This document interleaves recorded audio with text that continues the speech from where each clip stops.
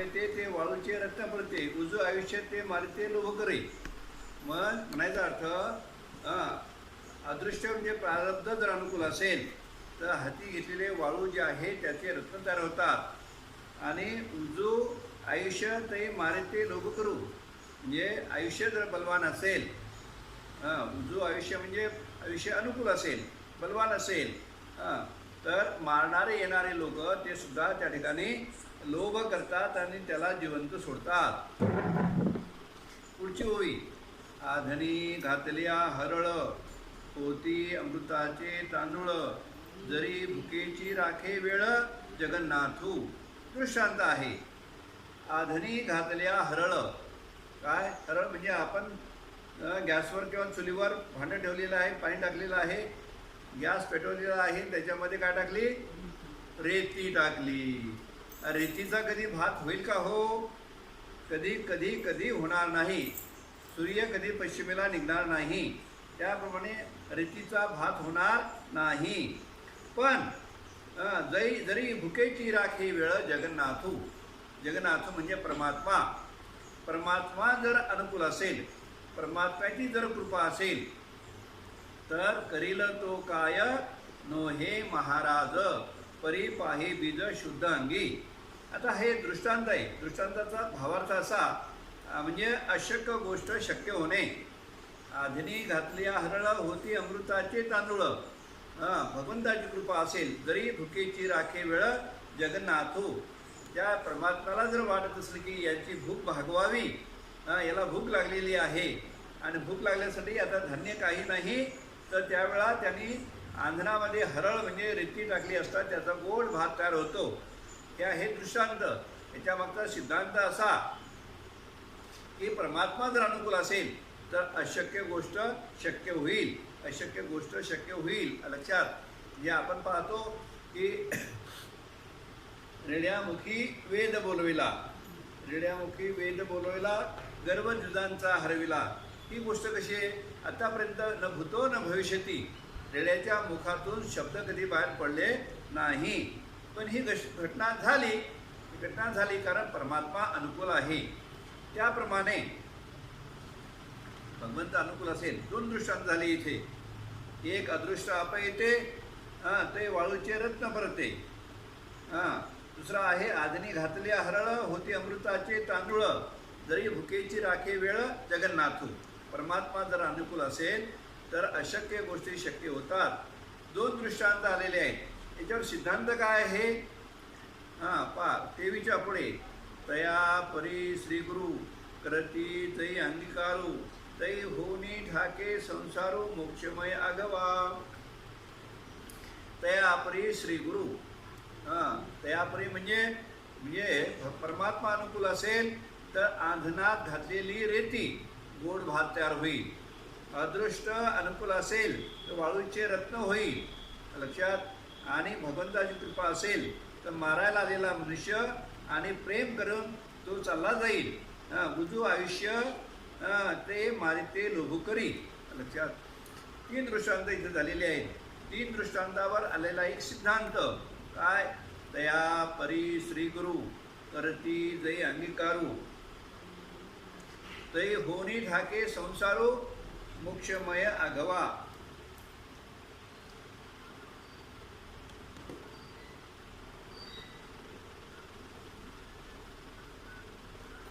अरे बोलू नका हो. कोण बोलू नका?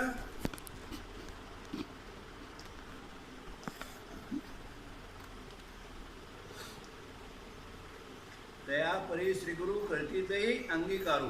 त्याप्रमाणे श्रीगुरु म्हणजे श्रीगुरूने जर या जीवाचा अंगीकार केला तै होनी ठाके संसारो मोक्षमय आगवा.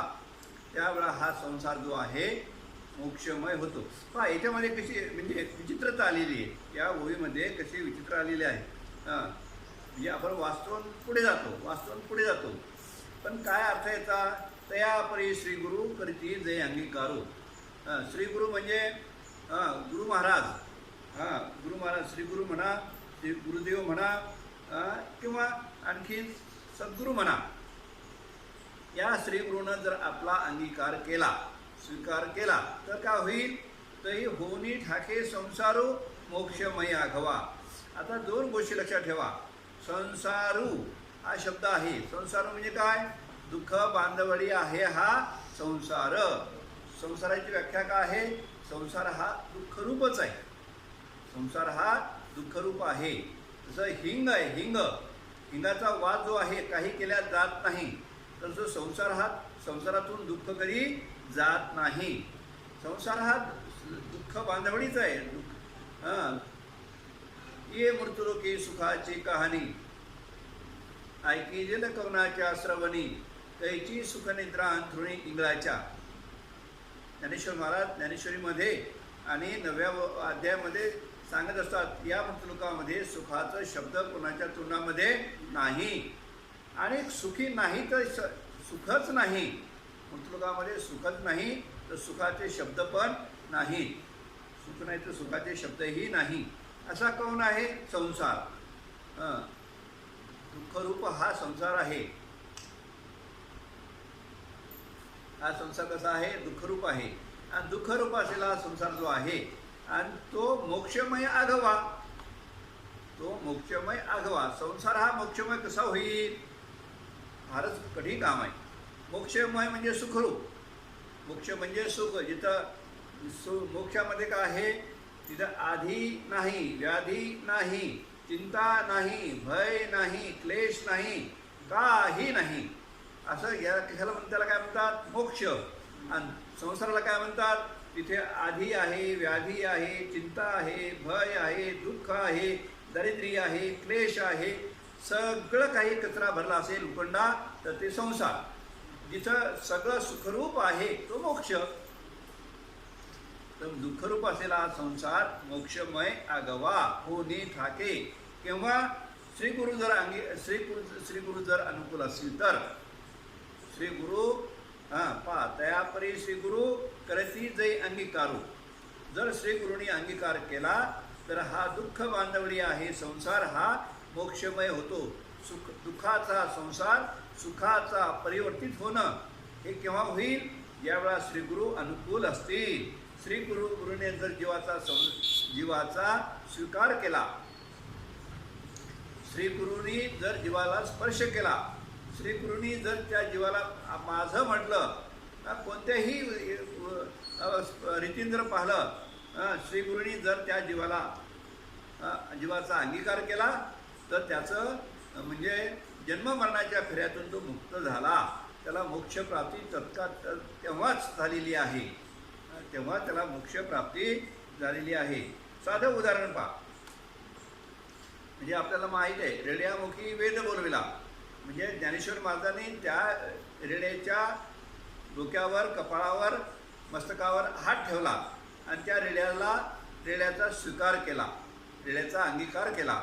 अंगीकार केल्यानंतर न भूतो न भविष्यती, कधी झालं नाही, पुढे होणार नाही, अशा प्रकारे तो रेडा वेद बोलायला लागला. त्याच्यात सगळं जग आश्चर्यचकित झालं. आतापर्यंत अशी घटना कधी झालेली नाही आणि पुढे होण्याची शक्यता नाही.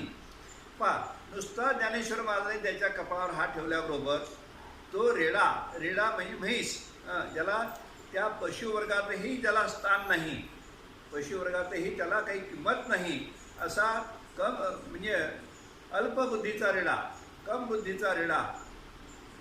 पण आता असं झालं, त्या आल्याला आणि रेड्याची समाधी आहे.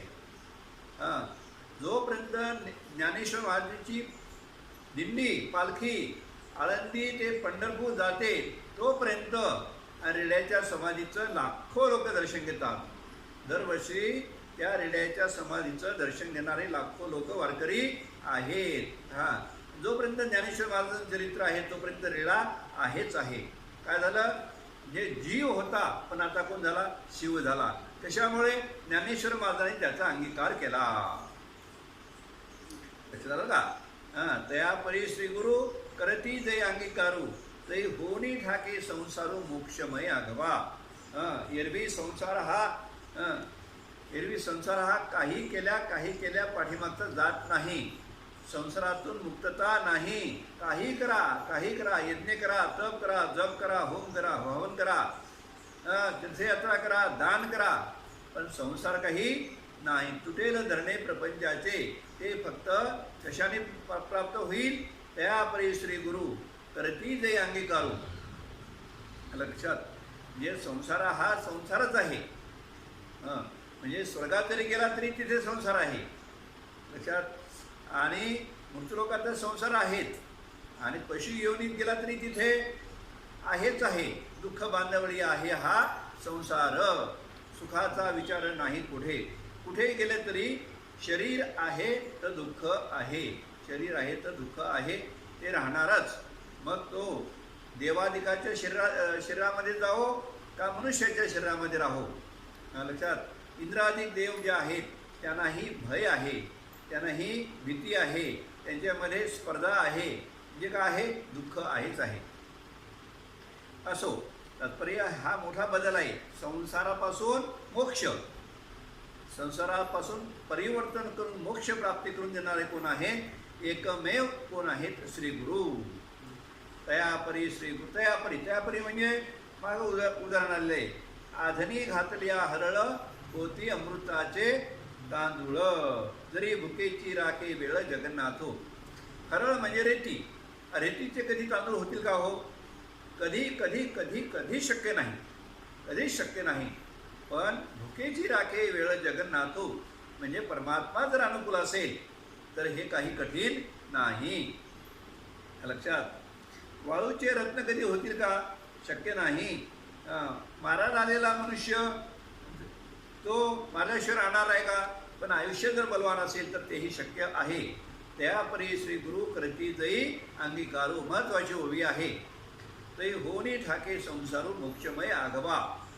लाख लाख लाख कोटी कोटी प्रयत्न जरी केले तर हा संसारातून मुक्तता नाही नाही नाही नाही. अलग लक्षात.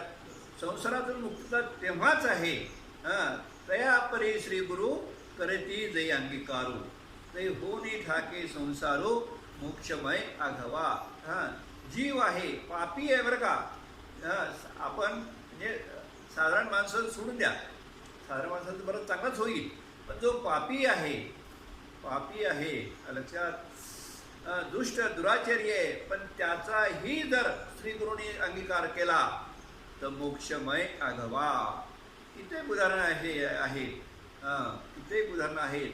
वाट पाळ्या कोळीकू नाम स्मरे तो वाल्मिकू. नामे तारिले तिन्ही लोकू आपणा सहित निमाला. म्हणजे वाट पाळ्या करणारे जो वाल्या कोळी जो होता त्याला त्याचं पोत झालेलं आहे, वाल्मिक ऋषी झालेले आहेत. का बरं? नारदानी अंगीकार केला, नारदानी त्याचा स्वीकार केलेला आहे. असे कितीतरी उदाहरणं आहेत, कितीतरी उदाहरणं आहेत. चला पुढे. पहा पहा काही नारायणे तया पांडवाचे उणे, किजेची ना पुराणे विश्ववंदे. पहा पहा काही नारायणे तया पांडवाचे उणे. पांडवाचे उणे म्हणजे दोष. पांडवाचे उणे म्हणजे दोष असूनही ते दोष पांडवाला पूजनीय करून टाकलं. पांडवामध्ये दोष, दूध खेळले, नको त्या गोष्टी केल्या. लक्षात. तर ते काही पांडवामध्ये जे दोष होते, ते दोष जे होते ते दोष भगवंतांनी त्यांना पूजनीय केलं. ग्रंथामध्ये स्थान दिलेलं आहे. महाभारत ग्रंथ म्हणजे पांडवाशिवाय ग्रंथच नाही. पांडव प्रथा, महाभारत इत्यादी जे ग्रंथ झालेले आहेत याच्यामध्ये पांडवांना पूजनीय असं स्थान प्राप्त झालेलं आहे. का? भगवंतांनी त्याचा अंगीकार केला. जई भुकेची राखे वेळू जगन्नाथो. भगवंतांनी श्रीकृष्णाने त्याचा अंगीकार केल्यामुळे पांडव हे जगदवंदनीय झाले, जगदवंद्य झालेले आहेत, पूजनीय झालेले आहेत. त्यांचे दोष जे होते ते दोष कोणी पाहत नाही, दोष राहिलेच नाही. पुढे 25च्या पुढे ओवी. तैसे श्री निवृत्ती राजे अज्ञानपण हे माझे, आणले ओजे ज्ञानाचिया. तैसे श्री निवृत्ती राजे. तैसे श्री निवृत्ती राजे. निवृत्ती राजे म्हणजे श्री गुरु. कोण म्हणाले? हे ज्ञानेश्वर महाराज म्हणतात. ज्ञानेश्वर महाराज म्हणतात पांडवाचे दोष बाजूला करून पांडवाला पूजनीय केलेलं आहे कोणी श्रीकृष्णाने. त्याप्रमाणे तैसे श्री निवृत्तीराजे अज्ञानपण हे माझे, माझ्याजवळ असलेलं अज्ञान आणिले ओझे ज्ञानाच्या, माझं अज्ञानच हे ज्ञानाच्या योग्यतेला आणलेलं आहे कोणी श्रीगुरुनी. तैसे श्रीगुरु निवृत्ती राजे म्हणजे श्रीगुरुनी काय केलं, माझं अज्ञान जे होतं त्या अज्ञानाला ज्ञानाच्या योग्यतेला आणलेलं आहे. कारण श्रीगुरुनी माझा अंगीकार केला. तया परी श्रीगुरु करती जई अंगीकारू. श्रीगुरुनी अंगीकार केल्यामुळं आणि माझा अज्ञान जे होतं ते ज्ञानपणाला आलेलं आहे, योग्यतेला आलेलं आहे. मग काय म्हणून रिकामे तोंड करू गेले बडबड की गीता ऐसे गोड आतुडले. श्रीगुरुनी अंगीकार केल्यामुळं माझ्या मुखातून सहज गीता म्हणजे गीतेचं वर्णन म्हणजे ज्ञानेश्वरी मुखातून बाहेर पडली. पुढे 26च्या पुढे परी हे असो आता प्रेम रुळतसे बोलता जे गुरु गौरव वर्णिता उन्मेष असे. परी हे असो आता पण ह्या आता गोष्टी राहू द्या. प्रेम रुळतसे बोलता, प्रेम बोलता रुळतसे, बोलता बोलता प्रेम मलिन होते. म्हणजे काय त्या प्रेमाचं अवमूल्यन होते. लक्षात के गुरु गौरव वर्णिता उन्मेष असे. के म्हणजे कुठे गुरुचं गौरव वर्णन करणारं असं उन्मेष म्हणजे ज्ञान तरी कुठे आहे. सांगा ना, गुरुचा महिमा वर्णन करण्यासारखं ज्ञान तरी आहे का जगात. म्हणजे ज्ञान श्री गुरुचं वर्णन करू शकत नाही. डाव्या अध्यायामध्ये ओवी आली तैसे श्री गुरुचे महिमान आकळिता के असे साधन हे जाणवणी मिया नमन निवांत केले. तैसे श्री गुरुचे महिमान आकळिता के असे साधन ही जाणवणी या म्या महिमान म्या निवांत नमन केले. असो तात्पर्य म्हणायचं असं की या ठिकाणी जी ओवी आलेली आहे परी काय के गुरु गौरव वर्णिता उन्मेष असे. उन्मेष म्हणजे ज्ञान, गुरुचा महिमा सांगणारा असं ज्ञान तरी पुढे जगात आहे नाही सांगू शकत. भगवंताबद्दल वर्णन करू शकत नाही, गुरुबद्दल वर्णन करू शकत नाही, संताबद्दल वर्णन करू शकत नाही. 27च्या पुढे आता तेनीची पसाये तुम्हा संताचे मी पाये उळगेन अभिप्राये गीतेची नी. आता आता म्हणजे श्रीगुरुनी अंगीकार केल्यामुळे, श्रीगुरुनी अंगीकार केल्यामुळे तैसे श्रीगुरु निवृत्तीराजे अज्ञानपण हे माझे. श्रीगुरुनी काय केलं, माझ्या अज्ञानाचा नाश केला. अज्ञानाला बाजूला टाकून आणि अज्ञानाला बाजूला टाकून कशाने टाकलं, ज्ञानाने. आणि मला ज्ञान प्राप्त करून दिलेलं आहे. आणि ज्ञान प्राप्त झाल्यामुळं आणि मग सहज रिकामे तोंड करू गेले बडबड. आता तेनेची पसाये, पसाये म्हणजे प्रसाद, तेनेची म्हणजे त्या श्रीगुरूच्या प्रसादाने, त्या श्रीगुरूच्या कृपेने, त्या श्रीगुरूच्या प्रसन्नतेने. आता आता म्हणजे त्यांची प्रसन्नता प्राप्त झाल्यानंतर, त्यांची कृपा प्राप्त झाल्यानंतर, त्यांचा प्रसाद मिळाल्यानंतर तुम्हा संताचे मी पाय ओळगेन अभिप्राय गीतेचे नी. शब्द कसे आहेत. आता तेनीची प्रसाये त्या श्रीगुरूच्या प्रसादाने, श्रीगुरूच्या कृपेने, श्रीगुरूच्या प्रसन्नतेने मी काय करणार आहे, मी तुम्हा संताचे पाय ओळगेन म्हणजे तुमच्या पायाची सेवा करीन, तुमची चरण सेवा करीन. तुमची पायाची सेवा करीन म्हणजे तुमची चरण सेवा करीन. तुमची चरण सेवा करीन आणि ओळगेन अभिप्राय गीतेचे नाही. आणि मग गीतेचा जो अभिप्राय आहे, गीतेचा जो अभिप्राय आहे आणि तो अभिप्राय गीतेचा हृदगत म्हणजे अभिप्राय म्हणा किंवा गीतेचं मनोगत, गीतेचं हृदय, आणि हे मी तुम्हा पुढे प्रगट करेन. कशामुळे, तेनीची पसाई श्रीगुरूच्या प्रसादाने काय होईल, महासंताचे मी पाय ओळगेन. आणि तुमच्या संतांची मी सेवा करीन आणि त्या सेवेमुळे काय होईल की गीतेचा अभिप्राय मी तुमच्यासमोर प्रकट करील. लक्षात मागं आपण पाहिलेले आहे.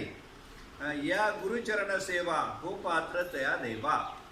तुम्हा संतांच्या पायाची सेवा केल्यामुळे काय होईल, मी ते दैव मला प्राप्त होईल, ते भाग्य मला प्राप्त होईल.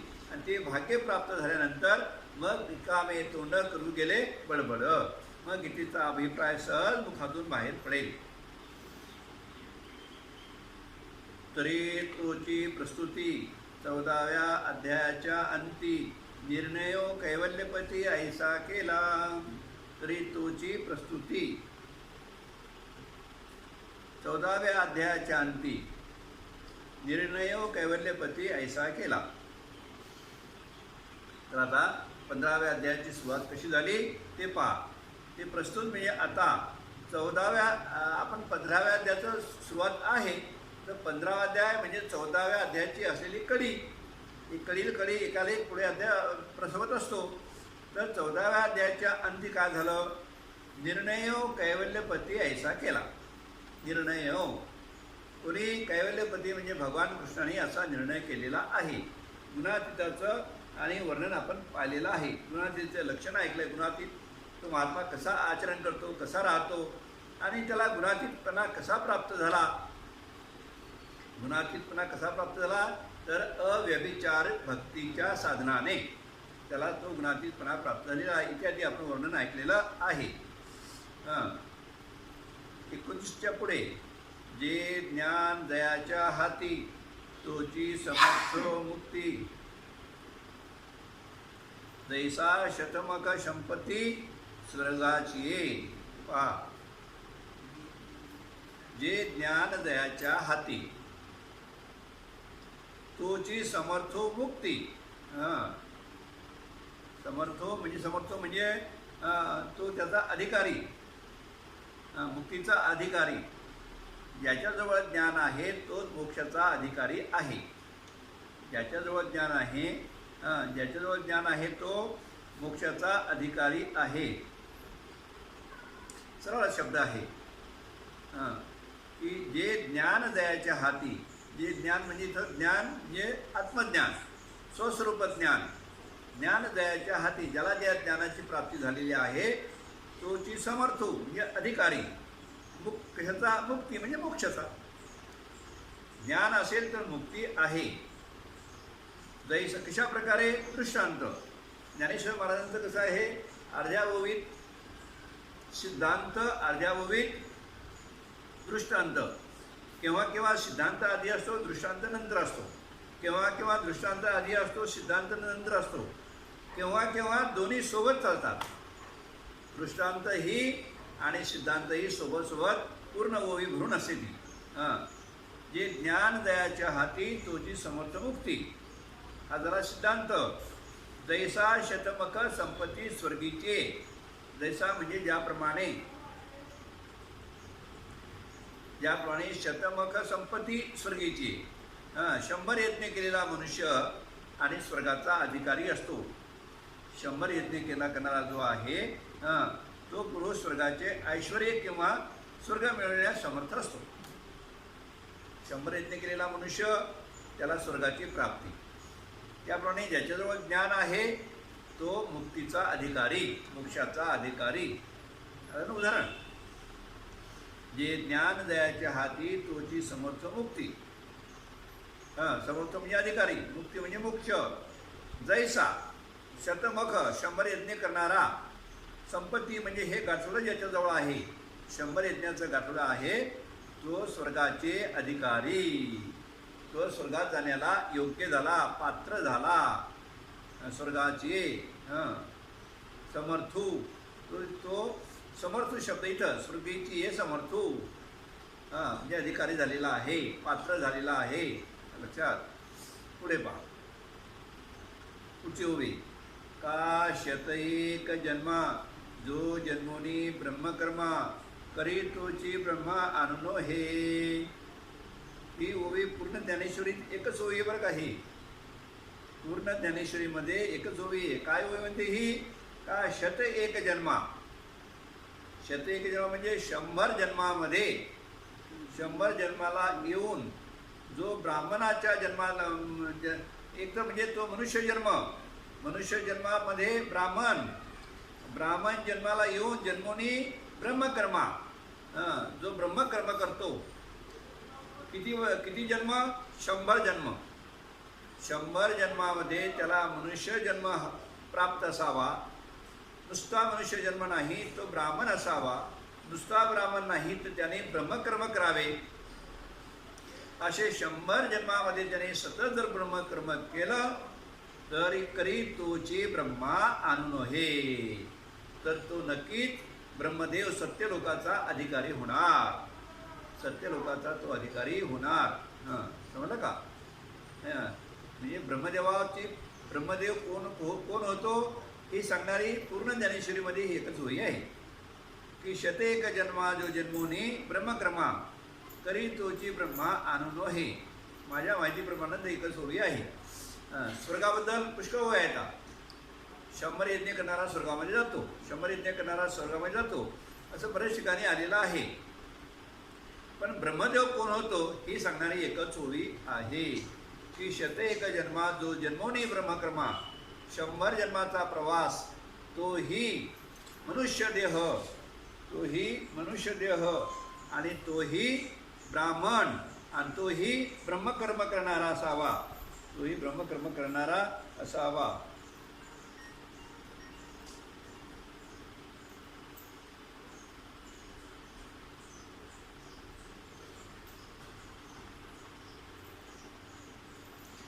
तोही ब्रह्मकर्म करणारा असावा. त्याला ब्रह्मदेवाची प्राप्ती आहे. त्याला ब्रह्मदेवाची प्राप्ती आहे. पहा पुढची ओवी आता.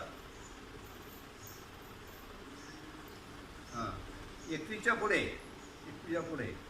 नाना सूर्याचा प्रकाशू लाहे जेवी डोळसू तेवी ज्ञानेची सरसो मोक्षाचा तो. नाना सूर्याचा प्रकाशू लाहे जेवी डोळसू. म्हणजे डोळस म्हणजे सामान्य माणसाला ज्याला डोळे आहेत, चांगले डोळे आहेत, त्याला सूर्याचा प्रकाश प्राप्त झाला म्हणजे त्याला मार्ग दिसतो, रस्ता दिसतो, त्याला आपली ठेवलेली वस्तू दिसते इत्यादी त्या ठिकाणी प्राप्त होते. नाना सूर्याचा प्रकाशो लाहे जेवी डोळसू तेवी ज्ञानेची सरसू मोक्षाचा तो. म्हणजे समजलं का? सूर्याचा प्रकाश मिळाला म्हणजे त्याला काय आहे, आपली ठेवलेली वस्तू त्याला प्राप्त होते किंवा दिसते.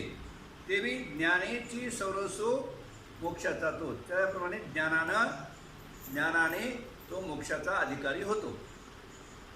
ज्ञान जर असेल तर मोक्षाचा अधिकारी. सूर्याचा प्रकाश असेल त्याला ती वस्तूची प्राप्ती. आपलीच वस्तू दिसायचं असेल तर काय लागेल? सूर्यप्रकाश लागेल. सूर्यप्रकाश असेल तर रस्ता दिसेल, सूर्यप्रकाश असेल तर वस्तू दिसेल. त्याप्रमाणे ज्ञान जर असेल तर मोक्षप्राप्ती असा सिद्धांत आहे. नाना सूर्याचा प्रकाशू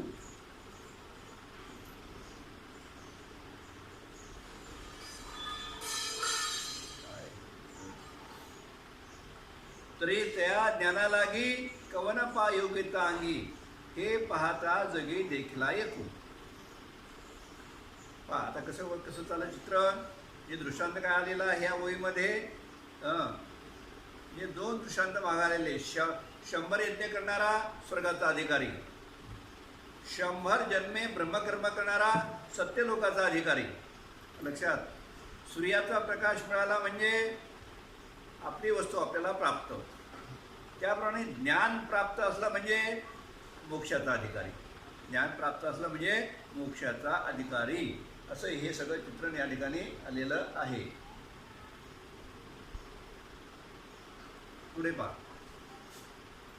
तरी आता 32च्या पुढे, तरी तया ज्ञाना लागी कवन पा योग्यता अंगी हे पाहता जगी देखला येतू. तरी त्या ज्ञाना लागी कवन पा योग्यता अंगी. तर हे ज्ञान प्राप्त होण्यासाठी कवन पहा योग्यता अंगी. म्हणजे ज्ञानासाठी पात्रता काय आहे, ज्ञान सर्वांना प्राप्त होते का? नाही, त्यासाठी काहीतरी पात्रता लागेल, योग्यता लागेल. कवन पहा योग्यता अंगी, हे पाहता जगी देखीला एकू. लक्षात पुन्हा पहा. तरी या त्या ज्ञानालागी कवन पहा योग्यता अंगी, त्या ज्ञानालागी म्हणजे त्या ज्ञानालागी म्हणजे कोणत्या ज्ञानालागी?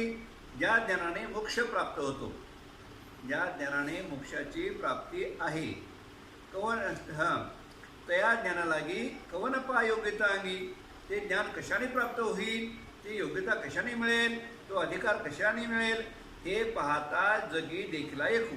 याचा विचार करता करता एक गोष्ट लक्षामध्ये आली, एक गोष्ट निश्चित झाली. कोणती? की या ज्ञानाचा अधिकारी कोण आहे, या ज्ञानाचा अधिकारी कोण आहे. लक्षात. तरी त्या ज्ञानालागी कवन पहा योग्यता अंगी, या ज्ञानासाठी कोण अधिकारी आहे, कोण पात्र आहे, कोण योग्य आहे. कशासाठी विचार केला आहे? कारण ज्ञानाने मोक्ष, ज्ञानाने मोक्ष, ज्ञानाने मोक्ष ही गोष्ट खरी आहे. पण त्या ज्ञानाचा अधिकारी कोण आहे, कुणाची योग्यता आहे, हे पाहता जगी देखीला एकू. याचा विचार करता करता एक गोष्ट लक्षात आलेली आहे, याचा अधिकारी एक, याचा अधिकारी आहे. कोण एक आहे, कोण आहे बरं तो? हे समजणे, हे सांगण्यासाठी आधी दृष्टांत ही 2-3 आलेले आहेत. दृष्टांत ही 2-3 आलेले आहेत. जे पाताळीचे निधान, दावील कीर अंजन, परी व्हावे लोचन पायाळाचे. जे पाताळीचे निधान, दावील कीर अंजन, दावील कीर अंजन, परी व्हावे लोचन पायाळाचे. पा काय म्हणते उभी? जे पाताळीचे निधान, निधान म्हणजे ठेवा, पाताळ म्हणजे जमिनीमध्ये, जमिनीमध्ये पुरलेला धनाचा ठेवा. काही माणसं पूर्वीच्या काळामध्ये सोनं नाणं हे आणि जमिनीमध्ये आणि गाळून लपवून ठेवत होते. त्या कोणी घरामध्ये, कोणी जमिनीमध्ये, कोणी शेतामध्ये, आपापल्या हिशोबानं. त्या बँका त्याच होत्या.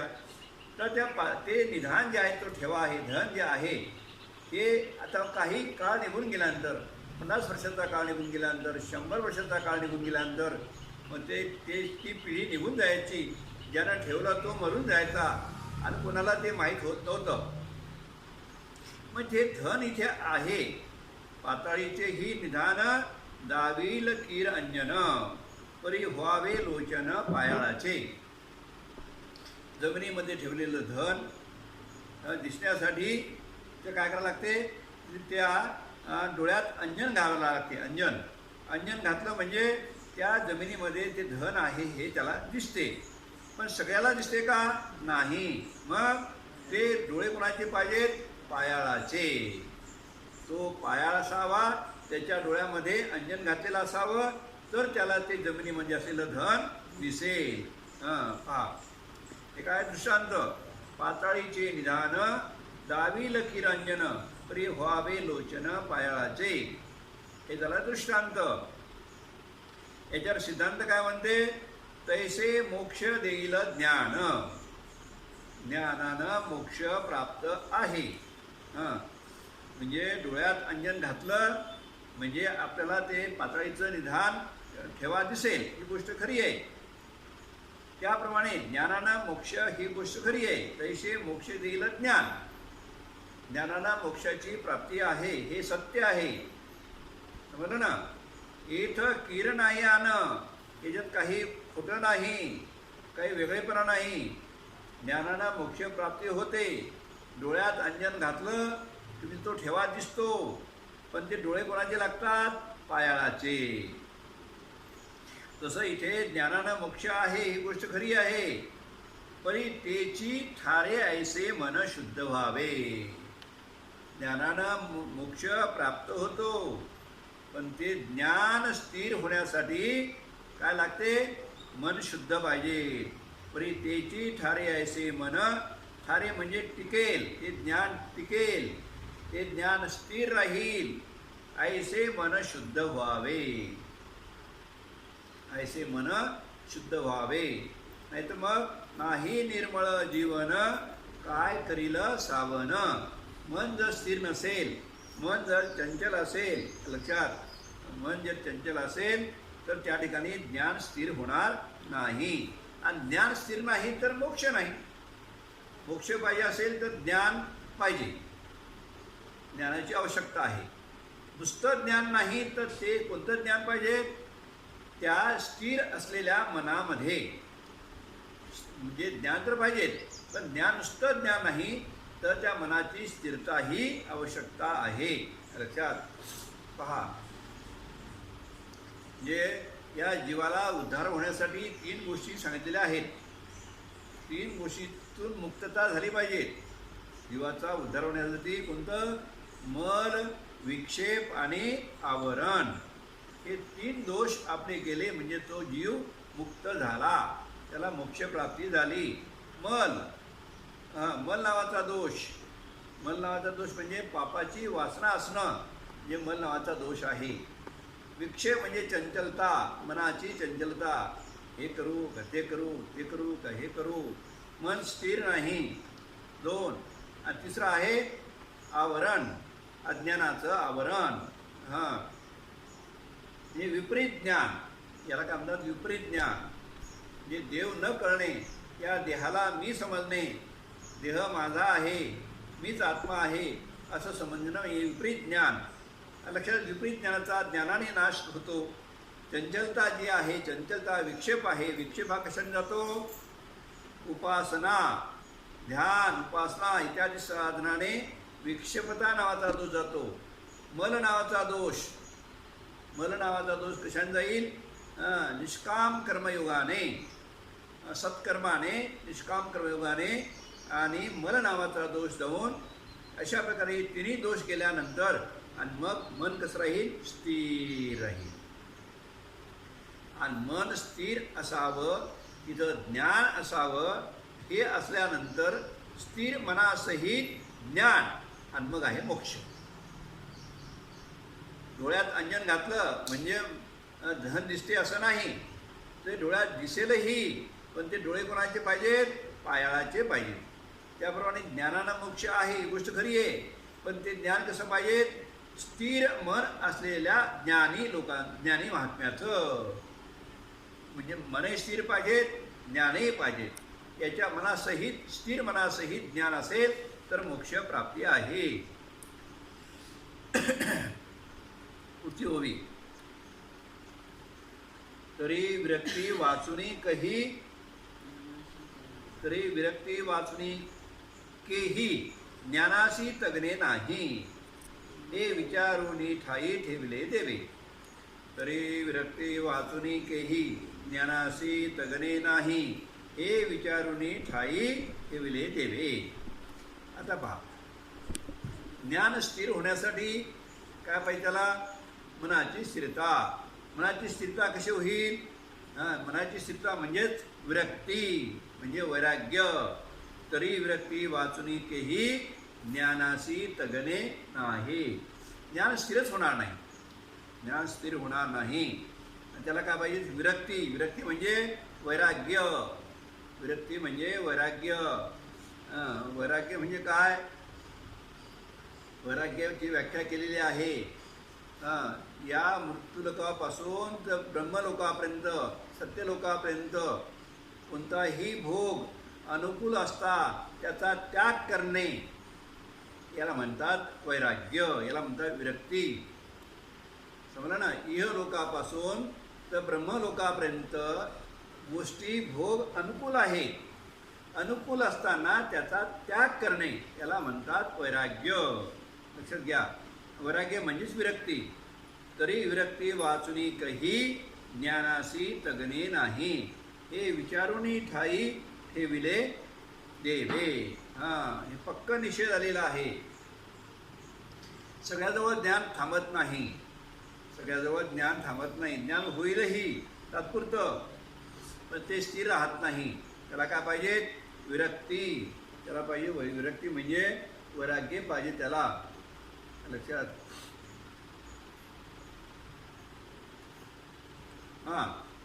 पुढची होई. आता विरक्तीची कवनपरी जे येऊनी मनाते वरी, हेही सर्वज्ञे श्रीहरी देखिले असे. आता विरक्तीची कोण परी, विरक्तीची काय रीत आहे, विरक्तीची काय रीत आहे, कोणत्या प्रकारे विरक्ती प्राप्त होईल. आता वैराग्याचा असा कोणता प्रकार आहे जो आपण होऊन मुक्षच्या मनाला माळ घालील.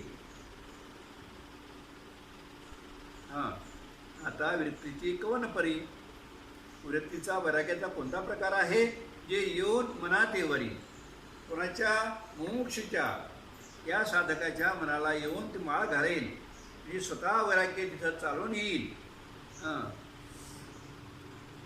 हेही सर्वज्ञ श्रीहरी देखील असे. हेही सर्वज्ञ म्हणजे सर्व जाणणारा श्रीहरी देखील असे, म्हणजे भगवंतांनी याचाही विचार केलेला आहे. भगवंतांनी याचाही विचार केलेला आहे की कोणत्या प्रकारे हे वैराग्य, विरक्तीचा प्रकार कोणता आहे आणि कोणत्या प्रकारे हे वैराग्य येऊन या मुमुक्षूच्या मनाला माळ टाकेल, म्हणजे वैराग्य त्याला प्राप्त होईल. ते वैराग्य कसं आहे इत्यादीचा आता विचार पुढे आलेला आहे. वैराग्य नाही तर ज्ञान स्थिर होणार नाही, आणि ज्ञान नाही तर मोक्ष नाही, ज्ञान नाही तर मोक्ष नाही. नुसतं ज्ञान असून चालणार नाही, त्या ठिकाणी मनाची स्थिरता लागेल. मनाची स्थिरता म्हणजेच वैराग्य, मनाची स्थिरता म्हणजेच वैराग्य. लक्षात. तर ही विरक्ती जी इथे शब्द आलेला आहे, विरक्ती म्हणजे वैराग्य. आता विरक्तीची कवनपरी, जे येऊनी मनातेवरी, ही सर्वज्ञ श्रीहरी देखिले असे.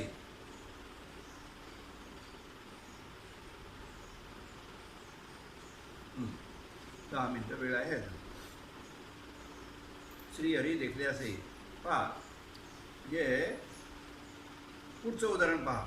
जे विषय रांधली रससोय, जय जेवणारा ठावे होय, तै तो ताटची सांडुनी जाय दयापरी.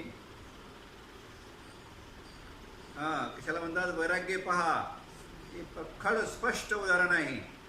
जे एक मनुष्य एका मित्राकडे जेवायला गेला, त्याने जेवायला बोलवलं आणि पुरणपोळी, आंब्याचा रस, भजे, कुरड्या, पापड्या इत्यादी चांगले चांगले पदार्थ केले. हा गेला जेवायला, त्याने आमंत्रण दिलं, हा जेवायला गेला. लक्षात.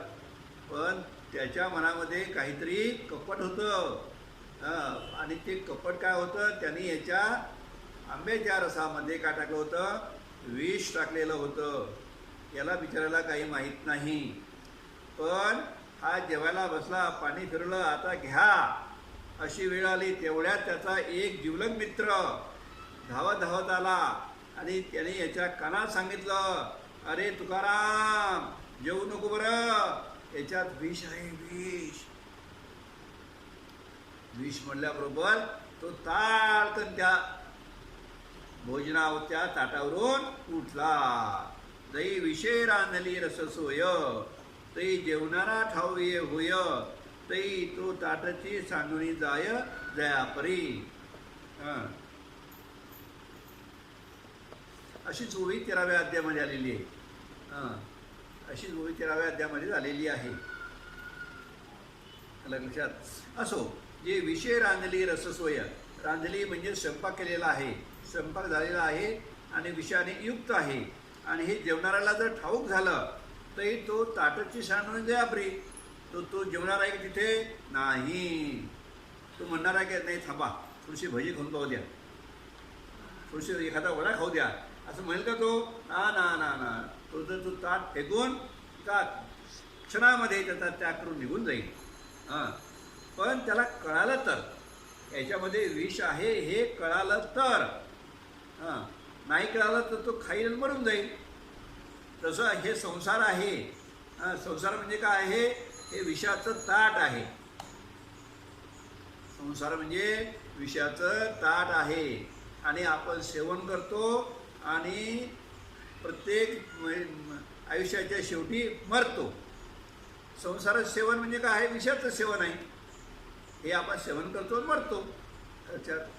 पण जर हे आपल्याला माहीत झालं, हे जर कळालं की बाबा या संसार म्हणजे विषाचं ताट आहे, हा संसार मिथ्या आहे, हे जर कोणी एखाद्या साधूने घेऊन आपल्या कानात सांगितलं आणि ते आपल्याला जर पटलं तर मग काय करून मग या संसाराचा त्याग करून माणूस चालला जाईल, याच्यामध्ये राहणार नाही. त्याला म्हणतात वैराग्य. त्याला म्हणतात वैराग्य. पहा कशी उभी आहे. जे विषय रांधली रस सोय, जै जेवणारा ठाऊ ये होय, तै तो ताटाची सांडुणी जाय जया परी. त्या ताटाकडे तो पाहणारही नाही, एक दोन घास घेतो असं म्हणणार नाही. म्हणजे पहा होऊन गेलेला दृष्टांत, होऊन गेलेला दृष्टांत, ऐकलेला दृष्टांत. म्हणजे जावई बुवा दिवाळीला सासऱ्याच्या घरी आले, जावई सासऱ्याच्या घरी आले, सासूला मोठा आदर, जवयाला जवयाला जवयाला. मग काय करा, बासुंदी करा. मग त्या सासूने काय केलं, बासुंदीचा पाहुणचार करता करता सकाळी उठली बिचारी माऊली आणि ते बासुंदी घोटता घोटता काय झालं, तिच्या नाकातला प्रसाद त्या बासुंदीमध्ये पडला. ही गोष्ट कोणी पाहिली, बैठकीमध्ये बसलेल्या जवायानं ही गोष्ट पाहिली. त्यानं पाहिली, अरे बापरे प्रसाद पडला हो. त्या सासूबाईला वाटलं आता एवढी 10 लिटर दुधाची बासुंदी फेकून द्यावं का एवढी. नाही नाही नाही फेकून देणं काही बरोबर नाही. तिने इकडे पाहिलं, कोणी पाहिलं का, तिकडे पाहिलं, कोणी पाहिलं का, कोणी नाही पाहिलं. सुरू घोटणं सुरू. मग 10 वाजता सगळा स्वयंपाक झाला, वडे झाले, भजे झाले, कुरड्या झाल्या, पापड्या झाल्या, सगळं झालं. चांगली खीर केली वगैरे, म्हणजे बासुंदी झाली. अशा प्रकारे ताटं वाढले. नंतर ते वाढणारे आले. त्यांनी आणि सगळे पदार्थ वाढल्यानंतर ती बासुंदी वाढायला आणल्यानंतर त्या जावयानं काय केलं, आडवा हात लावला. काय म्हणे, नको मला, आता पाहुणचार तुमच्यासाठी आहे, ही बासुंदी स्पेशल तुमच्यासाठी केली आम्ही,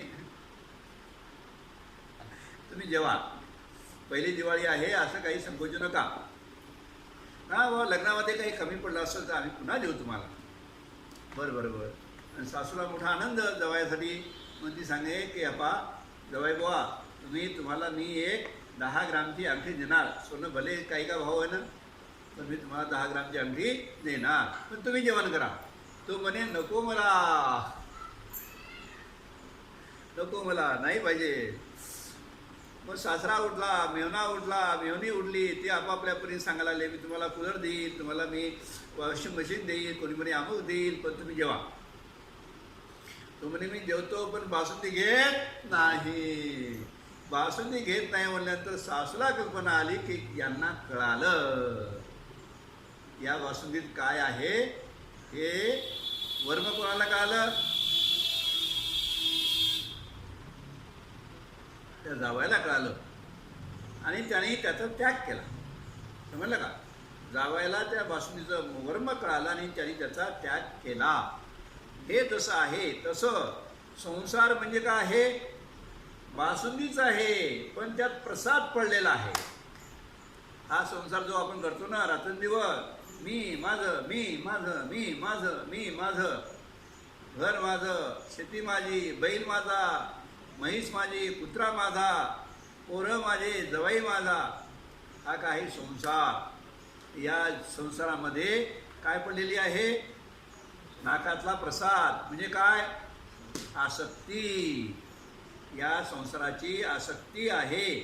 तो आसक्ती रूपी तो प्रसाद पडलेला आहे, लक्षात. आणि हे ज्याला कळालं त्यावेळा तो त्याचा त्याग करतो.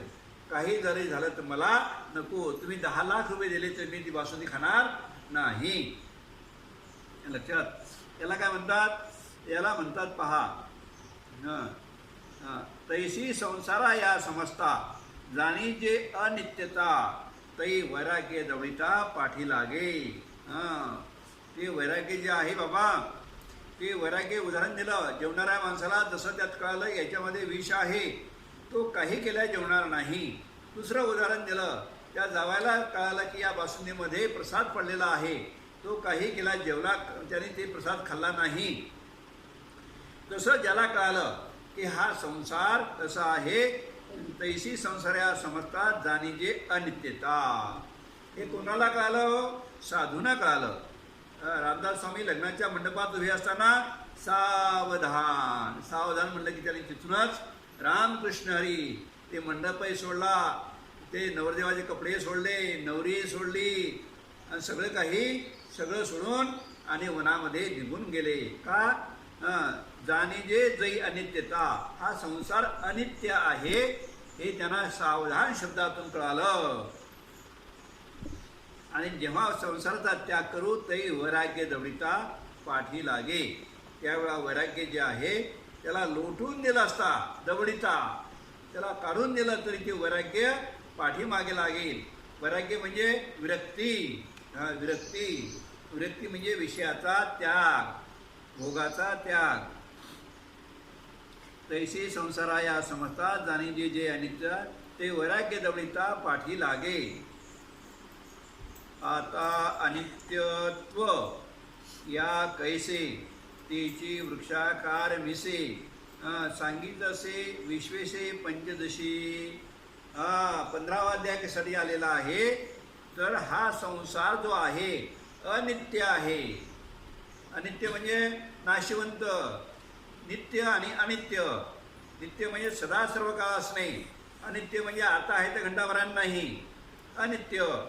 तर आता हा अनित्यत्व या कैसे, हा संसार अनित्य कसा आहे हे सांगण्यासाठी 15व्या अध्यायामध्ये ऊर्ध्वमूल मदशाख अश्वत्थम राहुरव्यम म्हणजे या संसाररूपी वृक्षाचं वर्णन आलेलं आहे. वृक्षाकार मिसे सांगितलसे विश्वेसे पंचदशी.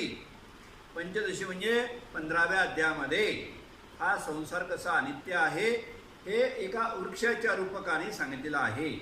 वृक्षाच्या रूपानं सांगितलेलं आहे. लक्षात समजलं ना? आता अनित्यत्व म्हणजे अनित्यत्व समजलं ना? नित्य आणि अनित्य समजण्यासाठी 15व्या अध्यायाच्या सुरुवातीला या वृक्षाचं एक रूपक दाखवलेलं आहे. हा रूपक कसा, हे वृक्ष कसा आहे? ज्याचं मूळ वर आहे, फांद्याखाली आहे. आपल्याला असं वाटते हा उपटलेलं झाड आहे, पण हे उपटलेलं झाड नाही, हे झाड असंच आहे. आणि मला वाटते आपली वेळही झालेली आहे. आता आपण आलो ओवी नंबर 40 पर्यंत. तर राहिलेला 40च्या पुढे ज्या ओव्या आहेत ते आपण आता माऊली कृपेने उद्या बघूया. पुंडलिक वरदारी विठ्ठल श्री ज्ञानदेव तुकाराम माऊली ज्ञानेश्वर महाराज की जय. पंढरीनाथ भगवान की जय. गजानन महाराज की जय. विठ्ठल विठ्ठल विठ्ठल विठ्ठल विठ्ठल. आता विश्वात्मके देवे येणे वाग्यज्ञ तोषावे, तोषोनी मज द्यावे वसाय दान हे. जे खळांची व्यंकटी सांडो तया सत्कर्मी रती वाढो. भूता परस्परे पडो मैत्र जीवाचे, दुरिताचे तिमिर जावो विश्व स्वधर्म सूर्य पाहो. जो जे वांछील तो ते लाहो. वर्षते सकळ मंगळी ईश्वर निष्ठाची मांदियाळी. अनवरत भूमंडळी भेटुतया भूता. चला कल्पतरूचे अरव चेतना चिंतामणीचे गाव. बोलतेज अर्णव पियुषाचे चंद्रमे जलांछन. मार्तंडजे तापहीन ते सर्वाही सदा सज्जन. सोयरे होतु किंबहुना सर्वसुखी पूर्ण होऊनी तिही लोकी. आणि ग्रंथोपजीविये विशेषे लोकीये. द्रष्टाद्रष्ट विजये भुवावेजी. हे थमने श्री विश्वेश्वरराव हा होईल दान पसावो. येणे वरे ज्ञानदेवो सुखिया झाला. येणे वरे ज्ञानदेवो सुखिया झाला. येणे वरे ज्ञानदेवो सुखिया झाला.